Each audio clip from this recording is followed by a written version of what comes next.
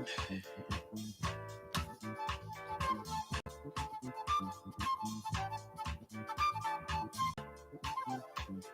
see that black boy over there running scared. His old man in a bottle. He done quit his 9 to 5. He drank full time and now he's living in a bottle. See that black boy over there running scared. His old man got a problem, and it's a bad one. He ain't done pawned off damn near everything. His old woman waiting for a bottle. And don't you think it's a crime when time after time after time people in a bottle? There's people living in a bottle. Listen to me. See that sister? Okay, folks. Welcome to the Reality Check with Charles Butler. Hey, look, we're having a great time today. We're going to turn up the volume, get busy. We're going to have Mike Moreno on today. He's the director, developer of Climate Change. He has a new movie out called Climate Change 2. I saw Climate Change 1. Great movie. If you want to know anything about climate change, you had to watch that movie. It's called Climate Change, Climate Hustle. And I watched it with some strangers, and we ended up all being friends by the end of the night because we'd all watched this movie. And Climate Hustle had the climate experts on, and they were very clear about what's going on with climate change. And the bottom line was follow the money. So I want to welcome Mark Moreno on. He's did a great job with that movie, and I wanted to thank him. Hey, Mark, welcome to the show. And thank you so much for that movie because it made things perfectly clear. Those of us who watched it with an open mind, and I can tell you that in the theater that it played at in Holland, Michigan, it was sold out, totally sold out. Yeah, we actually did very well. Thank you very much, Charles. The Climate Hustle 1, which came out in 2016, was in over 400 theaters, and we won the per screen average that night. I think we beat Frankenstein, Dracula versus Frankenstein, and My Big Fat Greek Wedding too. So we did very well. And the second, our new one that's coming out September 24th, Climate Hustle 2, was actually going to be at almost 800 theaters, double the number of theaters. And then, of course, COVID hit and killed the movie industry. Or I shouldn't say COVID, I should say the response to COVID. The lockdowns killed the industry. So now we're doing an online, climatehustle2.com at 8 p.m. September 24th, this Thursday night. So you'll be able to watch special content with Kevin Sorbo, the actor, doing Q&A, and John Stossel, and mini AOC. A lot of fun stuff. Okay. Would you like to tell people who Sorbo is? You know, a lot of people don't know who he is. They'd recognize him as Hercules, but they really don't know his real name. Yeah, it's Kevin Sorbo. He's the actor. He was famous in Hercules, a couple other series, and he also was in God's Not Dead. He played the professor in that. So he's come on board with this, and he does a fantastic job. He'll go through, particularly Hollywood hypocrisy. We have a whole section, and we go through Leonardo DiCaprio, Al Gore, Harrison Ford, Madonna, and we show the lifestyles that they're living, and they're telling people that, you know, we need to do with less. People like James Cameron, who did Titanic, the director, we need to learn to live with less. Well, we show you, the submarine, multiple homes. We go to movies. Wait, there is no one walking wait a minute, the walk. Mark, your voice is coming across muffled. I don't know if you're on speakerphone or what, but you're coming across a little muffled. Okay. It shouldn't. Okay. Try it now. Hello? Hello. Yes. What are you speaking on? See, you just cut out altogether right there. Hello? Okay, how does it sound now? Should be fine. Yeah, it sounds better now. Yeah, go ahead. Go ahead. So the movie goes through and details we have a whole section on kids indoctrination, and kids in elementary school are being recruited to go and actually sue the U.S. government in order to force the government to do climate action to safeguard their future. We may end up with the Green New Deal by judicial fiat, by judges imposing it on America if this keeps up. Well, it's a doggone shame, one. And, it's not true, too. I remember talking to my friend Tony Heller, and Tony was in your movie, by the way. Tony also consulted with the president during his campaign on climate change. He has a website called Real Climate Science. And it's a great, great website, great place. I talk about it all the time. And I used to have Tony on all the time talking about climate change. We have to, fire that back up, getting back on this week. But when you did your first movie, you had this Nobel Prize winner. And I remember quoting him because he'd come out and he'd supported climate change for the Obama administration. Then he came back and he said, I can't support climate change because the data doesn't support it. And everybody tried to ignore that. And then they tried to castigate the guy after he came out against climate change. One of the things that, did you mention in your movie, did you talk about Climate Gate at all? I don't remember. Yes, we go into Climate Gate, which was the scandal involving the UN emails leaking, and it basically confirmed what climate skeptics have said for years, that the UN was a giant lobbying organization running a campaign cause of science, censoring data and scientists who didn't toe the line and support the climate emergency. And then, and it was all just a crafted PR stunt. That's what we found out about the UN science. And then there was the climate situation over in where was that? London. Remember they had the big climate gate scandal over there?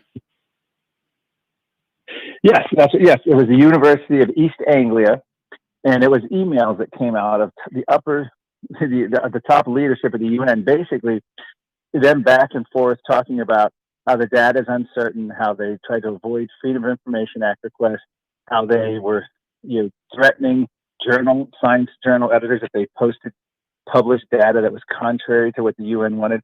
It revealed the UN is an organization set up to examine how carbon dioxide affects the climate. If it fails to find a climate emergency, it fails to have a reason to exist. And as a bonus, the more trouble it finds from carbon dioxide, the more power it has. It's also tasked with coming up with a solution. So can you imagine where you say, I get to find the problem, I get to tell you how bad it is, and tell you it gets worse every year, and they can predict years ahead how bad the next report will be.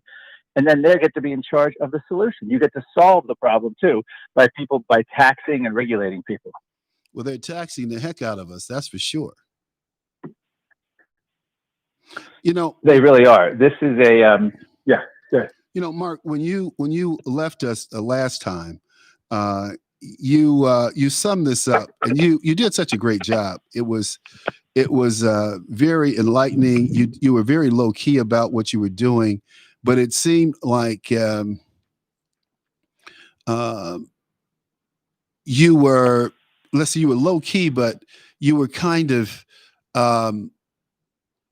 serious about where we were going with this climate hustle, because people had just bought into this hook, line, and sinker. I mean, who would have guessed a person like AOC would have come along? I mean, really?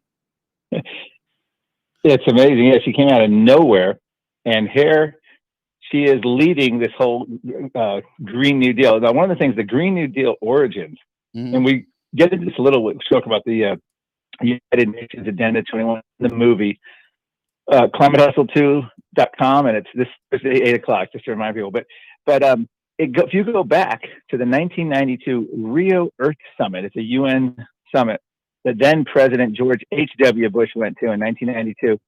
That's what started the U.S. involvement in all this, the whole UN treaties, everything.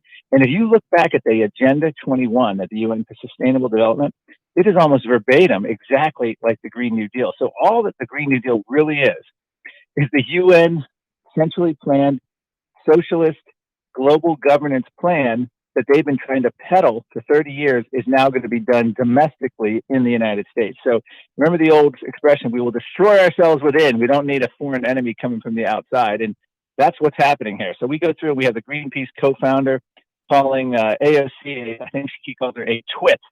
And he goes on and says that her plan makes no sense. It's fake science and fake crisis.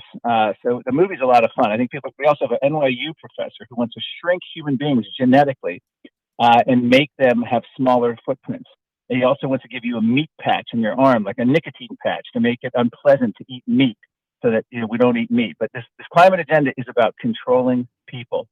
They're talking everything from what we eat to our thermostat, to our home appliances, to our travel, to our car, to our homes, to our energy levels. I mean, to our development. And this is an amazing thing. The Green New Deal is all encompassing, and we cover all this in Climate Hustle too. But Mark, what's really scary to me is, why do these people think that they can do this to other people? That's what really pisses me off. Why do they think that we don't know what it is we want? I remember, what's her name? Not Hillary Clinton, Nancy Pelosi. What she said when they were trying to pass the Affordable Care Act was, we need to pass the act so we can find out what's in it. And she was just so sincere. And so we need to pass the act so we can find out that's like, well, we need to get on the freeway behind an 18-wheeler, and then we need to and drive it down the freeway. But by the way, we'll worry about going to school to drive this thing and learn how to drive it later.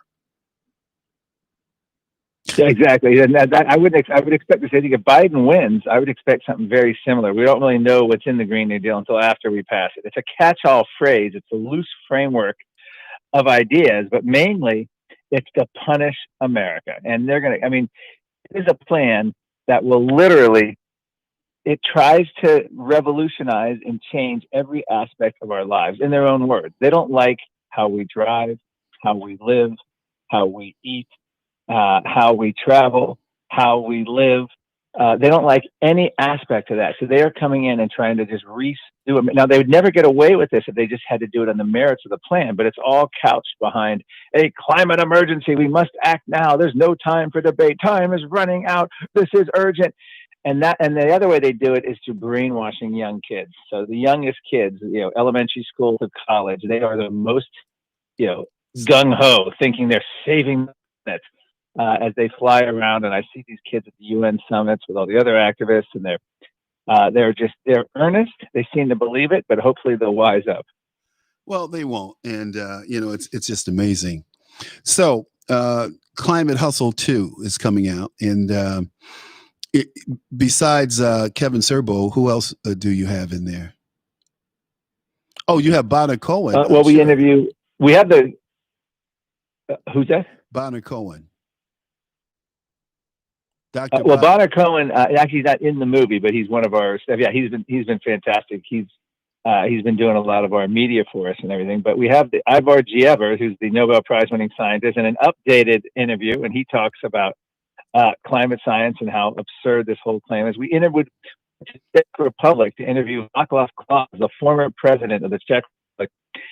And he grew up under communism and under the Soviet-controlled Czechoslovakia. And he says that the greatest threat to liberty since the fall of the Berlin Wall and the Soviet Union in the 90s is now ambitious environmentalism or climate activism. So he's very afraid. He calls it masterminding from above, which is what all this is about.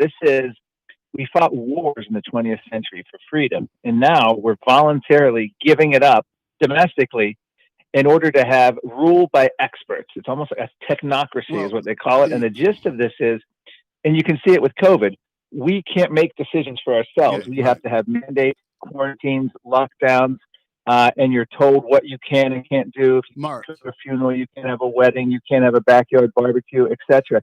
This is the dream of the progressive left. They want to be able to control. Mark, I can tell you that this after this election cycle, I think the president's going to take control of this thing and the narrative. That doggone Fauci, he's been wrong on everything the last 30 years. This is a man. Everything. I don't know how this man has kept a job. I mean, that's what we really need to look at. He's been wrong 99% of the time on all of his predictions. Can you imagine that? So that would be like if you were playing baseball and every time you got up, You made an out. You struck out. You fouled out. You never got on base. This guy has never got on base in 30 years. How does he continue to have this job? There has to be other people out there that are more competent. Anyway, let's get back to climate change. I don't know, but even if he has the job, you don't have to listen to him. And the problem we had with is that he became all powerful at a key moment, and everyone listened to him, and then he ended up because literally just because the worst precedent ever with that's because he was more malleable to Trump, and they wanted to have a nice guy. They wanted to have a nice face. And I'm glad that Trump has gotten this guy, suppressed this dude. But look, let's look at this real quick. You're coming out with climate change. So where can we get it? It's coming out on Thursday. Where is it going to be? It's going to be online release, climatehustle2.com, at 8 o'clock anywhere in the world. So if you're in Chicago, 8 o'clock your time, 8 o'clock if you were in New Zealand or Africa or Europe. It's global release, and there'll be special features. And then after that, after Thursday night's September 24th release, then it'll be available on demand and by DVD at climatehustle2, either the number or the word 2.com, climatehustle2.com. And is it free? The first night? No, it's I think it's, I don't want to say the number. I believe it's under $15. So, and it's for the whole family to watch. So you can all watch it, but not free. We're not Michael Moore. We couldn't do it free like you can on YouTube. So this is the 24th. Yes, this Thursday night, 8 p.m. climatehustle2.com. You got me looking up. It's $14.99. Okay. So you got 3 days and 5 hours from now. Okay, great. That'll be great. Hey, but look, fast forward. Let's fast forward here. Where do you see this whole green thing going? Joe Biden has said that they've tried to. You look at the car companies. BMW is talking about going electric. Some of the big car companies, if they go electric, they're going to go broke, because guess what? You need to have something to generate electricity. You can't do it by solar cells. Can you imagine people lining up at filling stations to recharge their cars using solar power? I mean, what are these people thinking? Well, part of it is, and we touch on this in the movie and in my book, Politically Incorrect Guide to Climate Change. You can go back and see this. The environmentalists who are in charge, and what I mean by they're in charge is there's really no pushback. I mean, the Trump administration has been great deregulating stuff, but there's no pushback on the claims and the ideology and the whole movement of what they're trying to do, either on climate or even environment. So if you go back, environmentalists like Obama's former science czar, John Holdren, they literally think we have too much energy and it's too cheap and it's bad, and we all need to live much, in a much more austere, restricted environment. So they're going to impose energy. They're going to mandate energy that's not ready and ban energy that works, oil, gas, and coal. And they're going to rise up the cost, cause recessionary problems, and they're going to love it because they're going to then have to redistribute wealth, guaranteed incomes, create chaos. This is what it's all about. There are a couple of things I want to touch on. I keep forgetting. When you talk about, it was his name, Cho, the energy secretary under Barack? Chow? Yeah, his energy secretary, Stephen Chu. Okay, Chu. So look, Stephen Chu said emphatically that he was trying to drive up the price of gas to $4 a gallon. He said that. Nobody said a word. When Barack Obama came into office, the average price of gasoline was like $1.89. And Chu drove the price of gas up to almost $4, and nobody said a word. Every time gas would go up a nickel or a dime, his family's getting rich. He's getting richer. Under Barack Obama, it goes up to $4, and the media didn't say a word. And there was no reason given for these price increases. You're absolutely right. I mean, Stephen Chu actually said he wanted European style prices here. They don't want us to have cheap energy because cheap energy equates with freedom, and it equates with against their worldview. And their worldview is everything should be micromanaged, planned, centrally But planned, metered out, fair, and they want bureaucrats in charge and experts. It's ruled by experts. In other words, it doesn't matter what your opinion is. We have these experts with the highest listen, degrees who studied this. listen, They know best. This is for listen, your own good. listen, You'll thank listen. us later Let me tell you as they something. shut you down and cut your energy. This is what it's about. And Let me this tell is you. what we Let me also tell go you into something, Mark. 1984 in the Let me tell you parallels of something, George Mark. Orwell's book Mark, in this movie, Climate Hustle yeah. 2. Well, let me tell you something, Mark. This is, and what I'm going to say is going to sound very nationalistic. It may sound very racist, but I don't care. We have too many damn foreigners in key positions in our government. Chu was a damn foreigner. Chu we have too many people from poor ass countries who we brought to this country, giving them serious, substantially wonderful educations, and they get in these positions and they never become American. They bring their poor ass, backward ass, S-hole country ways to America. They never want to Americanize. And we have too many foreign born people in this damn country. Ted Kennedy started that with the Immigration Act of 1965. They have ruined this country.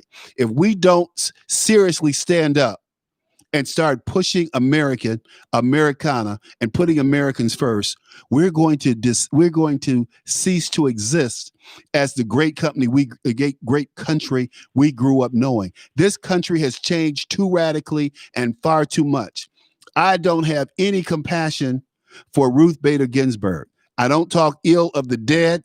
I wouldn't say anything bad about Ruth, but her policies, her morals, her ethics were totally corrupt.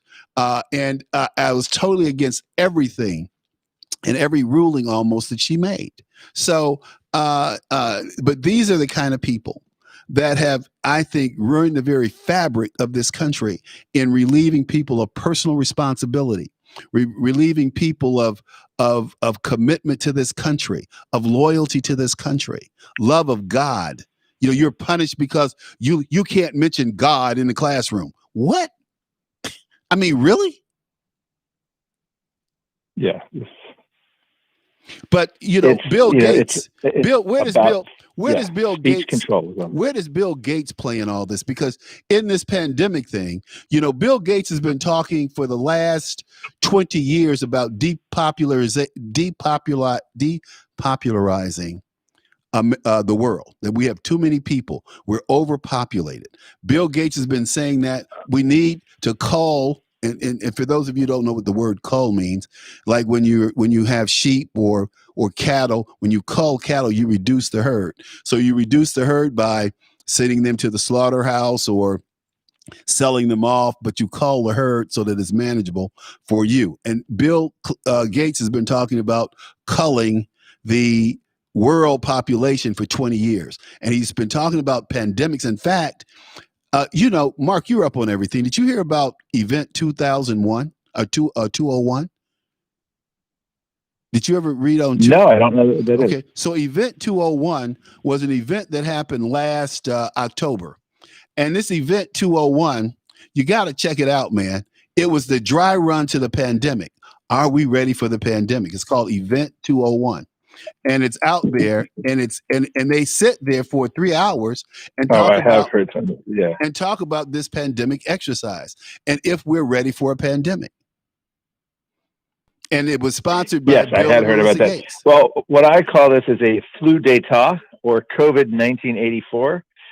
Or a technocracy, because this has been, and I also did a special report. And in fact, the movie opens with this Climate Hustle 2. This is powerful because this is what we're dealing with. If you love COVID lockdowns, you're going to love the climate lockdowns, because that every single climate activist from Al Gore to the UN to Greta Thunberg to John Kerry, all are praising these lockdowns, and they're jealous that they never did this for the climate, and they want to do it for the climate. They like the ideas of being able to do planned, we get into this in the movie, planned recessions in order to fight global warming. In other words,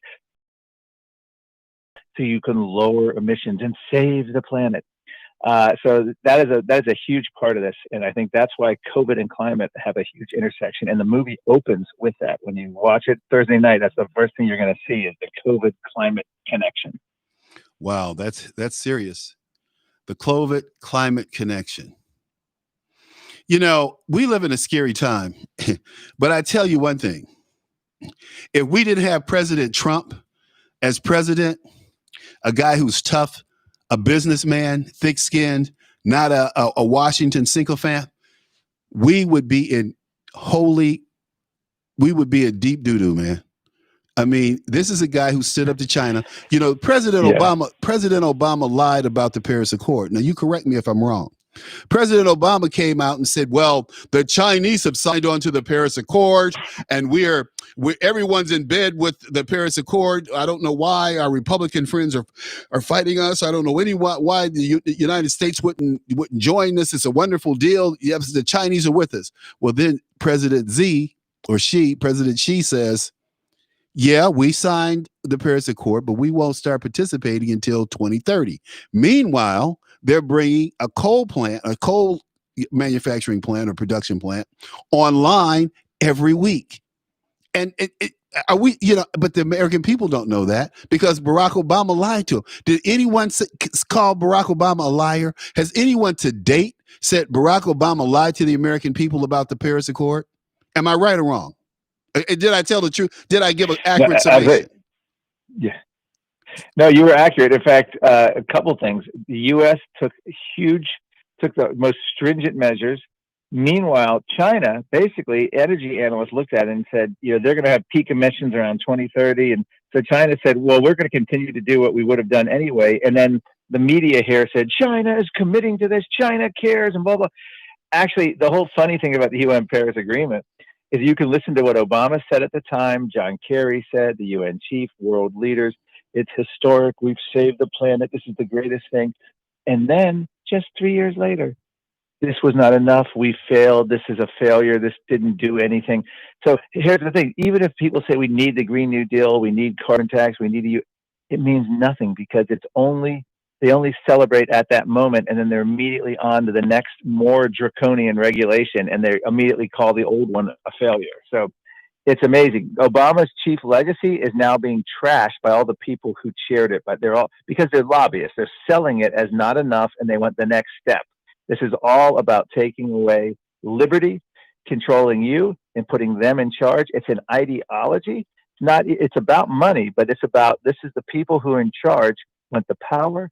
And this is how their worldview is. They don't think the masses should be allowed to live their life free. They need to follow the rules. They need to do everything that the experts only allow them to do. And that's what's so scary about how compliant and obedient the American public has been about COVID.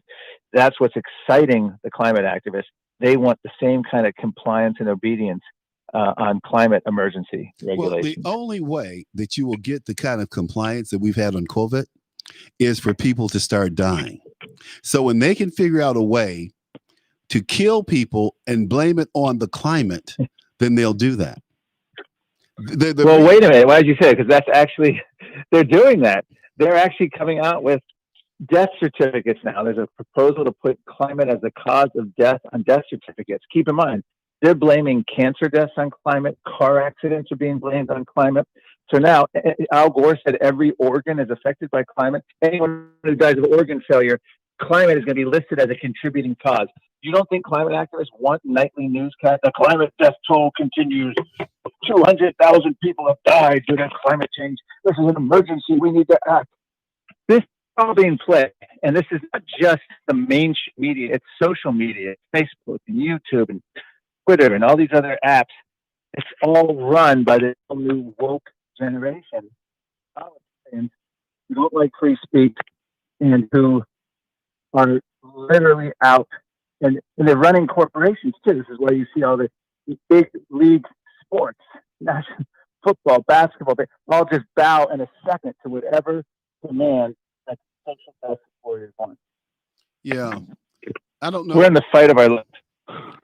Yeah, we are in the fight of our lives. Something's wrong with your phone, but yeah, we are in the fight of our lives, and It'll get better though, and I think that your movie, and I know it's going to be well received. Your movie and your activism is going to impact others. In fact, the gentleman that you referenced from Norway, the Nobel prize winners, is the guy who I was talking about, who had initially supported climate change, and then he said, "I looked at the data, and the data doesn't support climate change," and they turned on him. But here we are at the apex, and you have AOC, Joe Biden, Bernie Sanders, and all of these people trying to tell us what we need to do while they do whatever the hell they want to do. Al Gore, what came out the night that you did the first climate change,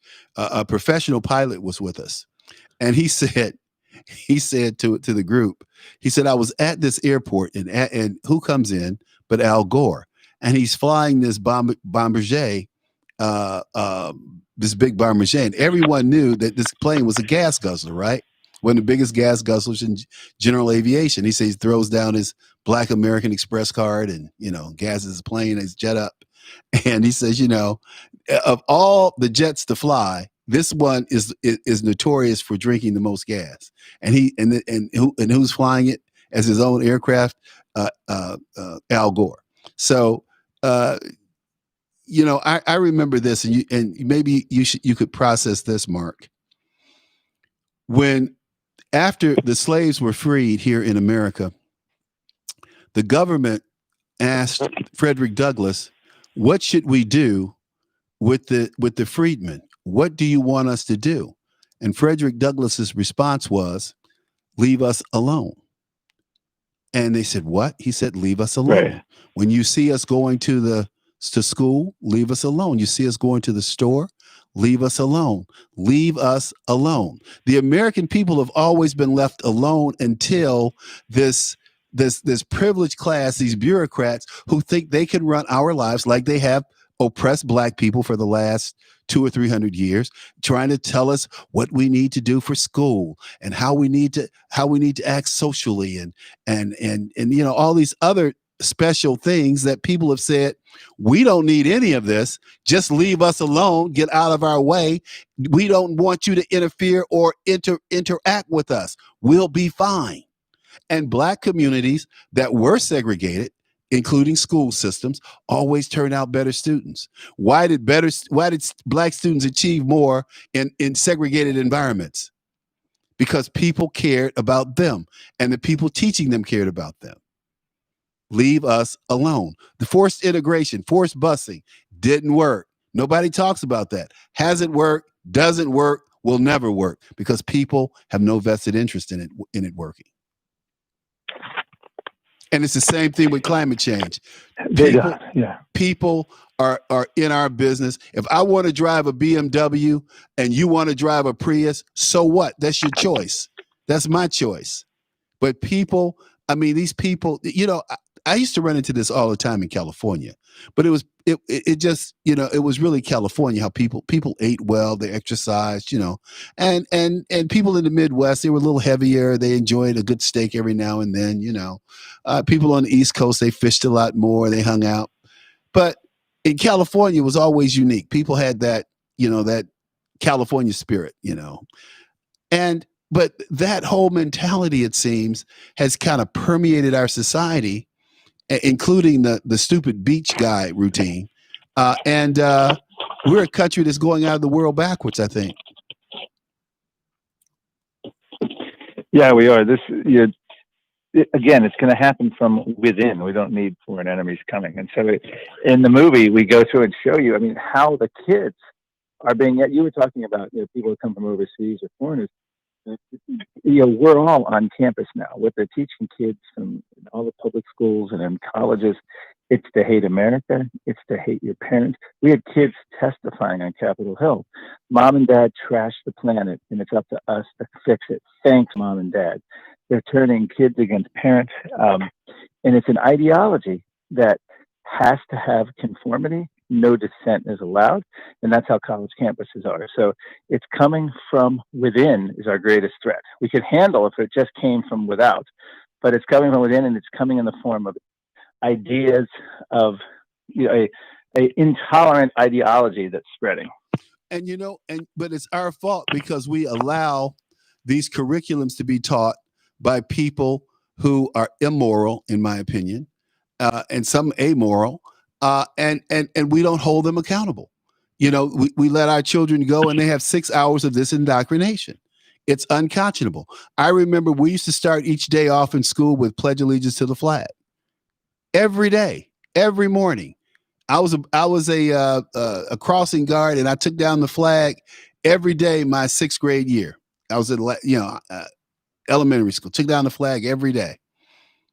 Come on. That was a big deal. Then we put the flag up in the morning, run it up the flagpole, and everybody'd say Pledge of Allegiance. Yes. Today, you don't say Pledge of Allegiance to the country. We have too many anti-government. We have too many and it's not about the government. It's about our country, the patriotism. Bring back the draft. That's what I say. I was a nationalist before that term became nationalist, and people go, well, are you a black nationalist? I'm like, no. Well, you're certainly not a white nationalist. No, but I'm a nationalist. Do you understand what a nationalist is? It doesn't have any color, fool. I believe in America. I believe in the United States. I believe in the Constitution. I believe in the greatness of this country. Hello. Why do people get bent out of shape about that today? Why don't they understand that today, that this is a great country, regardless of our I love London, but I wouldn't want to live there. I wouldn't want to live in England. I love France, but I wouldn't want to live there. It's too socialistic. So, hey, I'm where I need to be, dude. We have 15 wonderful states. And I always say what made America great was having one language, English, one currency, the dollar, one set of laws, the Constitution, the Judeo-Christian religion. And I forgot what the 5th one is now. But those are the things that I think made America great. Oh, the Americana. We have this thing called America and being an American. And I think everybody who's coming here today wants to say, well, you need to. A lady told me the other day, I need to learn Spanish. And I laughed so hard. I said, it's a ghetto language. Who speaks Spanish besides ignorant people? She was so angry. I'm like, business is done what? In English. Politics is done what? In English. Sorry. So business, diplomacy is done in French or English. You go to Africa, there are only 2 languages spoke, English and French. Hello. You go to Asia, English and French. Africa, English and French. Nobody speaks Spanish but people in South America, Latin America, and some of the folks in Spain. But they don't speak the kind of Spanish they speak here. They speak real Spanish, not Ebonics. Hey, but look, it has been wonderful having you aboard, man. It was a privilege and a pleasure to talk to you today. And I hope we get a chance to do this again. But tell people where they can view the movie again. Thank you, Charles. That's climatehustle2.com, 8 o'clock, September 24th, this Thursday night. Any time zone in the world, 8 o'clock. And I think you'll enjoy it. This is the movie you must see, especially given what we're facing with the UN and Green New Deal. Thank you very much, Charles. Well, thank you, Mark. And it's good to interview you. After having seen you on the big screen, you did a good job. I'm sure Climate Change 2 is going to be a wonderful, wonderful movie. I'll be there with my friends. Okay. All right. Thank you, all right, Charles. Sir. Appreciate it. All right. Take care. Mr. Mark Moreau, folks. He's a great guy. Tune in Climate Hustle 2. I can guarantee you it will be worth the time, worth the money, well spent. What I want to talk about right now, and we're going to skip all the commercials. What I want to talk about right now is how can I say this? Ruth Bader Ginsburg. We did a show last week on Ruth Bader Ginsburg, and I was saying that she needed to retire so that we could get an appointee, so Trump could appoint someone to her seat. And lo and behold, bam, it happened. I'm sorry that she passed away. But as I said before, I never really cared for Ruth Bader Ginsburg. I think that she was toxic to this country. She made motherhood toxic. She made feminism toxic. She made masculinity toxic. And her husband did not do us any justice. So when I look at what's going on, and these people, they lie so much, and we need to keep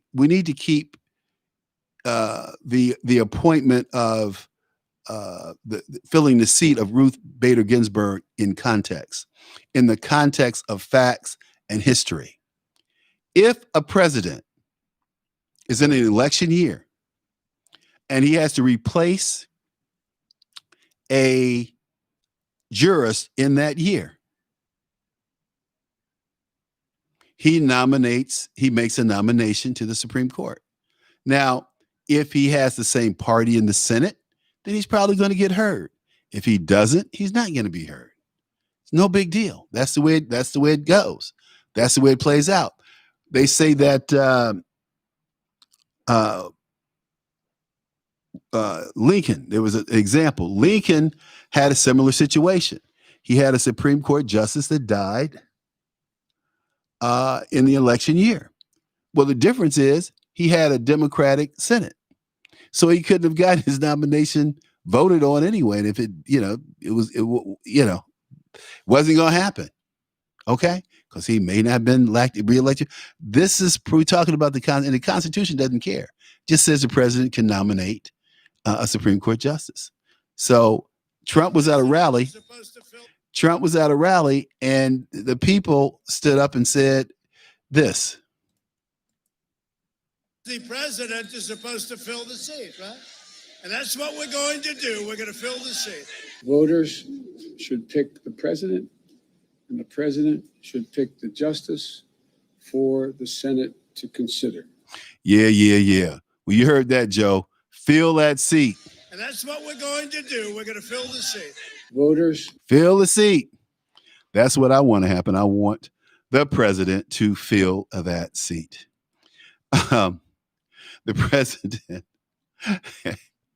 at that same rally, he had some comments to make, and let's listen to this. If for any reason we have a vacancy on the United States Supreme Court, we will fill that vacancy. We're not going to say, and by the way, we have plenty of time. There's a lot of time.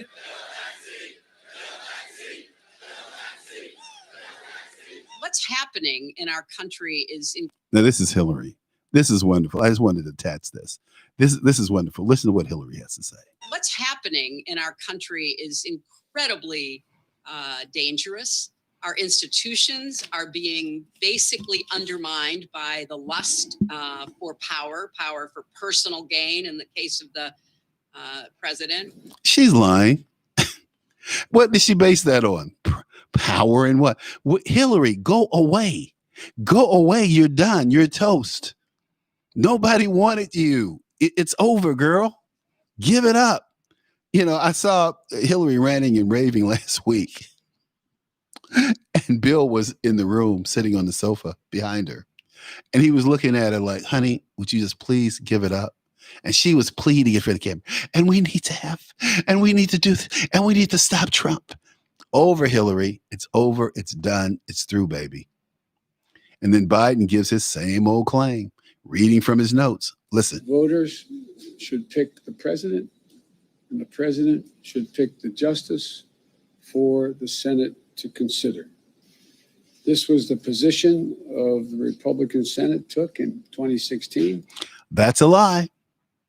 The bottom line is, Joe, as you well know, and you were part of, if the party and the president are the same, the president submits because he knows he can get the votes to get his nomination done.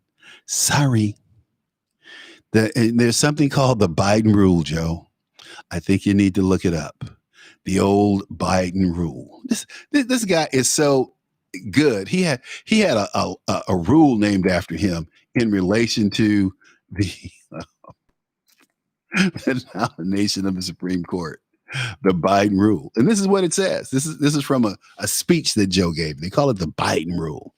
And this was in 1992.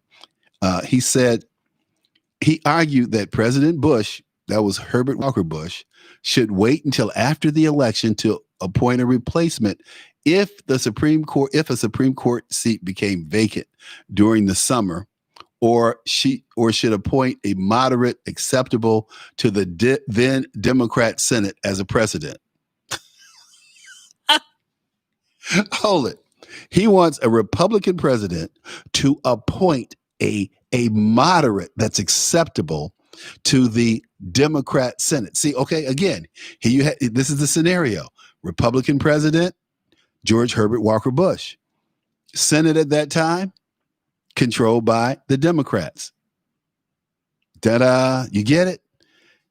And so he's saying, you can't elect a conservative. We don't want a conservative. Don't appoint a conservative. You can't tell the president who to appoint. It's not your job. The president can appoint whomever he wants. He can appoint a dog catcher if he wants. Do you know in order to be a Supreme Court justice, you don't have to be a lawyer? You don't have to be a judge in order to be a Supreme Court justice? Did you know that? Amazing, huh? And we've had a number of Supreme Court justices that have not been attorneys. Interestingly enough, it's common sense. Hello. Oh, man, the Biden rule. And then in 2016, Joe Biden turns around and he says, well, Barack Obama, Democrat president, Republican Senate. Well, you should accept who the president sends up. He didn't say, well, the president should select a moderate Democrat or a moderate Republican to send to the Republican Republican Senate. He didn't say that. He just said, except Merrick Garland. We appointed him. Well, Merrick Garland's a Democrat. Everybody knows that. He's not acceptable. He wasn't acceptable to the Republican Senate. And I'm so glad that somebody had the balls not to vote on Merrick Garland, and that somebody was Mitch McConnell. So people can talk about Mitch all they want. Mitch very quietly gets things done. He's very effective, very quiet. In fact, Mitch is up for election this cycle. You'd never know it from his demeanor. You'd never know it from what's going on. But yeah, he's up for election. Supposed to have a little competition, but we hope he does it. Amazing, huh? Amazing. Oh, Joe Biden. I want to play a real quick clip here because we're almost out of time. And I want to play this I want you to hear this quick and dirty clip of AOC. And it's AOC talking about the dying wish of Ruth Bader Ginsburg, as if she were there. I don't think she was there. Now, I may be wrong, but I don't think that AOC was at Ruth Bader Ginsburg's bed. Okay. I just don't get that. But she talks as if she were. And then you had Ted Cruz, of course, Obama, and then Garland. This is a good one. Let's play this one. Let me see if this is it. The very last dying wish of RBG was that her vacancy not be filled until the new president takes office in January. Until the new president takes office. Is this girl, is she stupid or what? Until the new who told you there's going to be a new president? Why do you think there's going to be a new president? I mean, this is how she talks. A bartender, a barkeep, okay? She's running the Democrat Party. No wonder they know they're going to lose by a landslide come November. Here we go. Let's play this one more time. Here we go. The very last dying wish of RBG was that her vacancy not be filled until the new president takes office in January. Wow. At least you got the month right. Oh, God. You can't, hey, listen, you can't make this stuff up, people. The truth is far more entertaining and far more funnier than fiction. So let's play Ted Cruz and what Ted had to say. This is kind of inaudible, but we'll try it anyway. The president should next week nominate a successor to the court. And I think it is critical that the Senate takes up and confirms that successor before Election Day. Wow. That's exactly right. We should take up the discussion and confirm before November 4th. That's my conclusion. Okay. And then last but not least is Obama. Obama, part of the Biden administration. And we had listen, he's talking about Merrick Garland, and see, Barack thought he would bully the Senate Republicans into his will. He thought he was slick, man. I mean, here's a cat who tried to play that poor game. He didn't have any money. This guy's worth $70 million now. Some people say he's worth $400 million because his daddy Lolo Soetoro left him part of his trust, which is $400,000. Listen to this. This is Barack. Today, I am nominating Chief Judge Merrick Brian Garland to join the Supreme Court.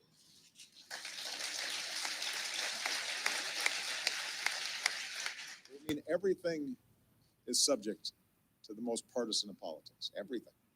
We're setting a precedent here today. That was Lindsey Graham. See, now, when Barack set this precedent of appointing Garland, and I don't know why Garland allowed himself to be in the middle of that mess, but he did. So there he is. He'll go down in history as the guy who never got voted on, and he was nominated to the Supreme Court, the highest court in the land, and he was certainly more than qualified. That's the way they talk when they talk about Merrick Garland. And they're so exasperated. Oh, and he was just so wonderful. He was such a oh, please. He's just a dude, okay? Now we have Lindsey Graham, one of my favorite senators. You can always count on Lindsey for one thing, flip-flopping. Here today, Republicans are that in the last year, at least of a lame duck 8-year term, I would say it's going to be a 4-year term, that you're not going to fill a vacancy of the Supreme Court.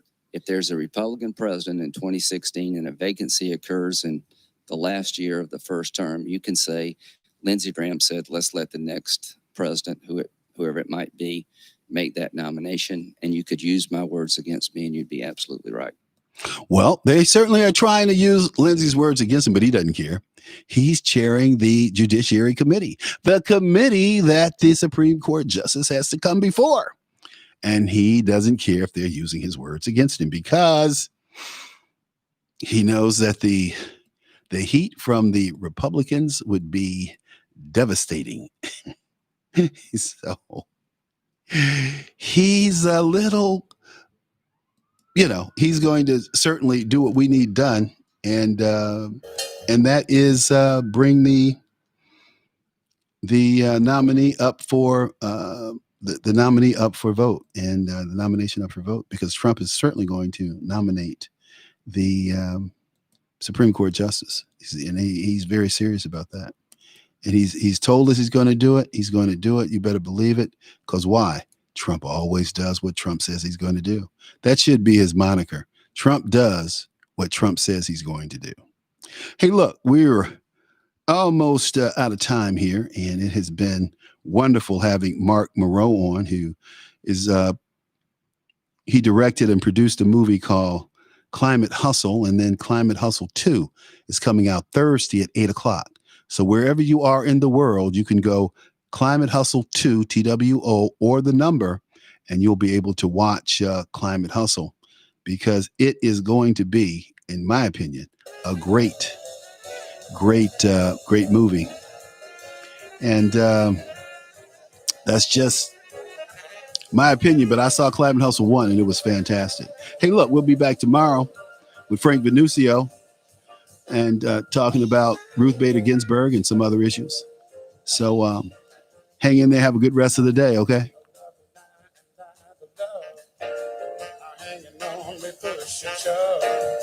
Possession is the motivation that is hanging up the goddamn nation. Looks like we always end up in a rut. Everybody now trying to make it real compared to what? Come on, baby.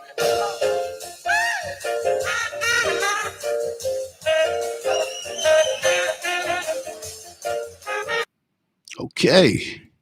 Well, we're through here today, and I'll see you tomorrow. Same time, same place. Let's see here. Boom. Up in a rut. Confirm the Cuban.